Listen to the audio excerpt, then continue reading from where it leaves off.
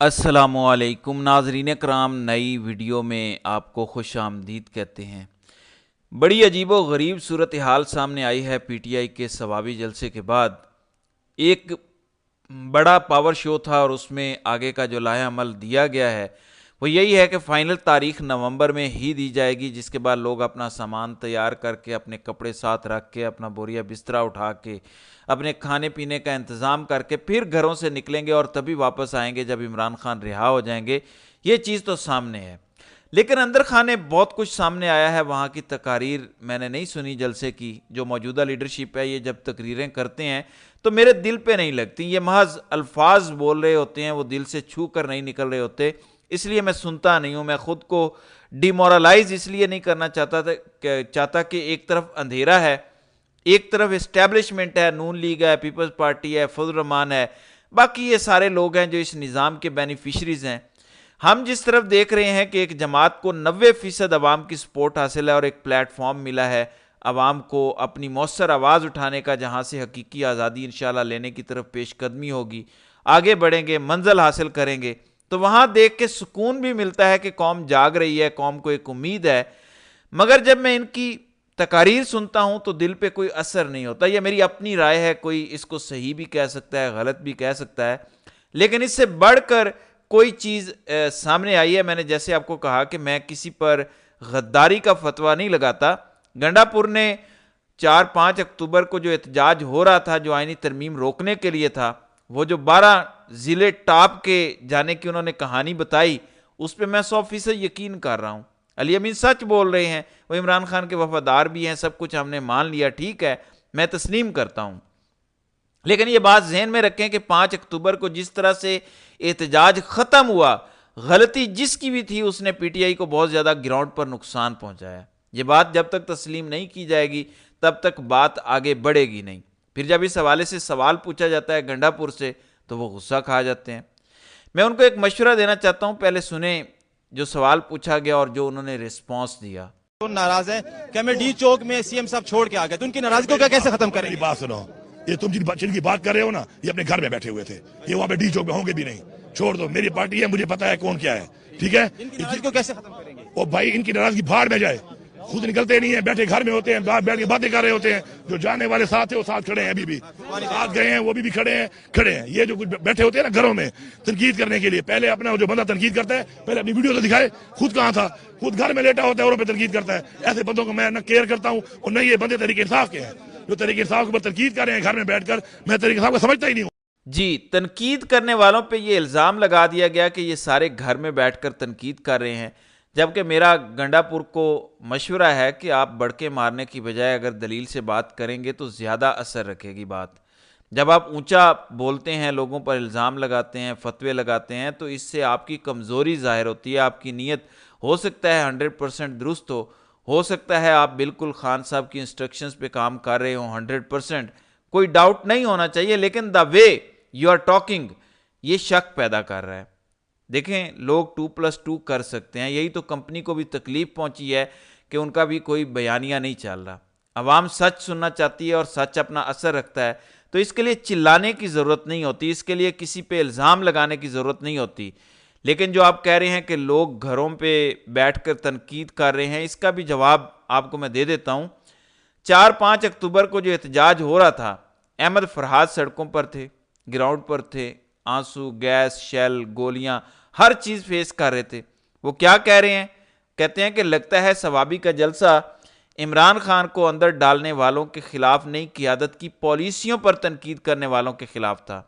अब ये वो बंदा कह रहा है जो ग्राउंड पे था, वो बंदा कह रहा है जिसे आईएसआई उठा चुकी है, ये वो बंदा है जो मारें खा चुका है, वो ये बात कर रहा है।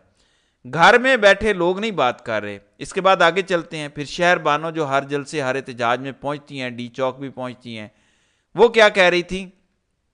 मोहतरम क़यादत, एक छोटा सा सवाल, क्या वो लोग जो किसी जलसे या एहतजाज में नहीं जा सकते, क्या वो औरतें जो घर बैठकर सोशल मीडिया के ज़रिए, अपनी दुआओं के ज़रिए, अपने वोट के ज़रिए तहरीक इंसाफ को सपोर्ट करती हैं, क्या वो काबिल एहतराम नहीं है? क्या वो सवाल नहीं कर सकती? ये वो बच्ची सवाल पूछ रही है जो हर जलसे हर एहतजाज पे जाती है। फिर वही अहमद फरहाद लिखते हैं, क़यादत ने कभी मुझे एक फ़ोन तक नहीं किया कि आपने हमारे लिए आवाज़ उठाई, मसाइल देखे कि आपको हमारी किसी मदद की ज़रूरत है। जबकि यही कारकुन दुनिया भर से मुझसे पूछते रहे, ख्याल रखते रहे, साथ खड़े रहे। जिसे तनकीद से मसला है उसे घर चले जाना चाहिए। ये खुदाई मिजाज रखने वाले खुद को देवता समझते हैं, ये अपनी ज़ात में अशराफी और डिक्टेटर हैं। एक आम सा कारकुन भी पीटीआई क़यादत के किसी शख्स से कमतर और कम अहम नहीं है। फिर इसके बाद आते हैं डॉक्टर शहबाज गिल। वो कहते हैं कि तहरीक इंसाफ के कुछ दोस्त सोशल मीडिया वर्कर्स को ताने दे रहे हैं कि तुम गुमनाम हो, तुम्हारा सोशल मीडिया पर असल नाम नहीं है, जो दिल में आता है कहें, लेकिन एक बात कभी मत भूलें, यही वो गुमनामी और नामी वर्कर हैं जिसने खान के खंबे भी जितवा दिए। किसी को गाजर तो किसी को बैंगन के निशान पर। इख्तलाफ करें तौहीन नहीं, तो फिर क्या सोचना नहीं चाहिए। मैंने तो आपको 2 मिसालें दी हैं। फिर चौधरी शफकत ये भी पकड़े जा चुके हैं, इनको भी बाजवा साहब के दौर में ले जाया जा चुका है। ये भी कह रहे हैं कि हुकूमत, आर्मी चीफ और ISPR के बाद पीटीआई की कुछ क़यादत भी सोशल मीडिया पर हमलावर हो गई है। ये दिन भी देखना थे। देखें, ये कह देना कि सिर्फ घर बैठे लोग बात कर रहे हैं, बहुत सारे ऐसे ओवरसीज़ हैं जिनके पासपोर्ट ब्लॉक हैं, वो आ नहीं सकते, या उनके बारे में ऑर्डर है कि ये अगर आया तो इसे फ़ौरन गिरफ्तार कर लिया जाए। तो हर एक का अपना किरदार है। हम जो बोल सकते हैं, बोल कर किरदार अदा कर सकते हैं, हम वो करने की कोशिश कर रहे हैं। लेकिन जिनका ग्राउंड पर किरदार है वो उन्हीं को अदा करना है। मैं फिर दोहराता हूं, द फैक्ट के सारी पीटीआई की क़यादत, लीडरशिप जेल में नहीं थी और 26वीं आईनी तरमीम हो गई, इसका मतलब है आपने काम पूरा नहीं किया। अगर आप पूरा काम करते तो कंपनी आप सबको जेलों में डालती, 1 to all। आपके सारे के सारे MNAs जेलों में होते अगर आपने पूरा काम किया होता, आपकी सारी लीडरशिप जेलों में होती। फिर एक कम से कम आपके पास बयानिया होता कि देखें ये आईनी तरमीम की हैसियत है, पूरी अपोजिशन लीडर को इन्होंने जेल में डाला, सारे MNAs को जेल में डाला। एक आपके पास बयानिया होता बड़ा स्ट्रांग। अभी देखें अमेरिका में हुकूमत चेंज हुई है, ये बयानिए बड़े दूर तक जाते हैं, यूनाइटेड नेशन तक आप ले जा सकते हैं, अमेरिका तक ले जा सकते हैं। इनका अब्बू अमेरिका है, मसला वहीं से हल होना है और कोई मसला हल नहीं करवा सकता। वहां से हाथ उठेगा, दस्ते शफकत उठेगा, ये पीछे हटेंगे। वो सच बोलना शुरू करेंगे तो बात बनेगी। और ट्रंप तो बार बार कह रहा है कि अब सच बोला जाएगा। ट्रंप बार बार कह रहा है कि आज़ादी इजहार होगा यहां पे, तो हो सकता है इससे फर्क पड़े। तो स्ट्रैटेजी से बड़ा फर्क पड़ता है, प्लीज ये समझें। क्या इमरान खान को कभी ये कहना पड़ा है कि मेरे और आपके दरमियान फासला डाला जा रहा है? मैं वो नहीं होने दूंगा। इमरान खान अपने लहजे की सच्चाई से, अपनी बातों से अवाम को कायल रखते थे। कभी इमरान खान के लहजे से एक सेकंड भी नहीं लगा कि ये बंदा झूठ बोल रहा है। तो आपको अपनी हरकतें ठीक करनी है, अपनी अदाएं ठीक करनी है। देखिए, कुर्बानी सब ने दी है। कुछ लोग स्टेज पर खड़े हैं जिनके कारोबार तबाह हुए, जिन पर तशद्दुद हुआ।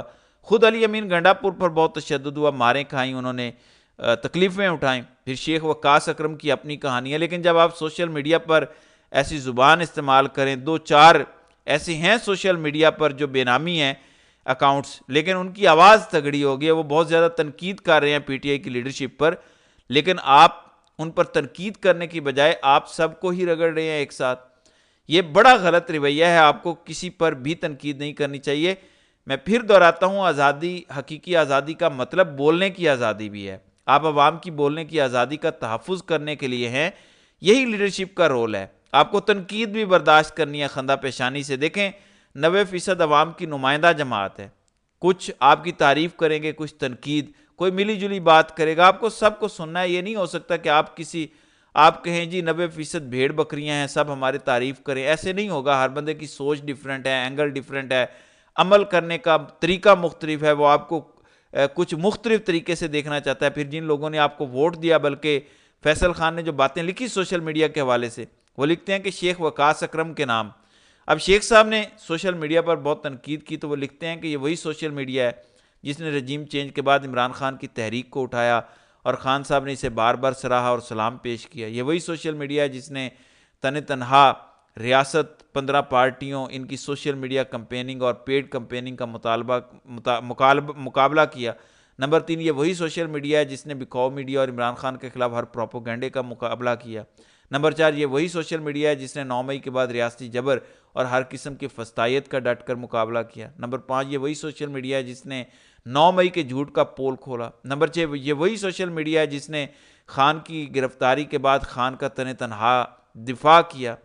नंबर 7, ये वही सोशल मीडिया है जिसने पार्टी तोड़ने बल्ले का निशान छीन जाने के बाद खान का पैगाम घर घर पहुंचाया। नंबर 8, ये वही सोशल मीडिया है जिसने 8 फरवरी के रियासत और 15 पार्टियों को शिकस्त दी। नंबर 2, ये वही सोशल मीडिया है जब सब लोग मैदान छोड़कर भाग गए तो ये लोग खड़े रहे। नंबर 10, ये वही सोशल मीडिया है जिसने इमरान खान के बयानिए को जिंदा रखा और जिसकी सारी तारीफ सारी दुनिया ने की। सोशल मीडिया पर बुजुर्ग, मर्द, खवातीन, बच्चे, ओवरसीज हर किस्म के लोग हैं। इनमें से ज़्यादातर का सियासत से भी कोई ताल्लुक नहीं है, लेकिन इमरान खान और पाकिस्तान की खातिर लड़ रहे हैं और जो जंग उन पर फ़र्ज नहीं थी वो लड़ रहे हैं। और यही सोशल मीडिया लीडरशिप को एहतजाज पर मजबूर करके इमरान खान को जेल से निकालेगा इंशाल्लाह। बहरहाल ये सूरत हाल है, इसको देखना चाहिए और लीडरशिप को अपना किबला काबा दुरुस्त करने की कोशिश करनी चाहिए। तो नाज़रीन कराम, आपकी इस वीडियो के हवाले से क्या राय है? आप अपनी राय का इजहार कमेंट सेक्शन में ज़रूर कीजिएगा।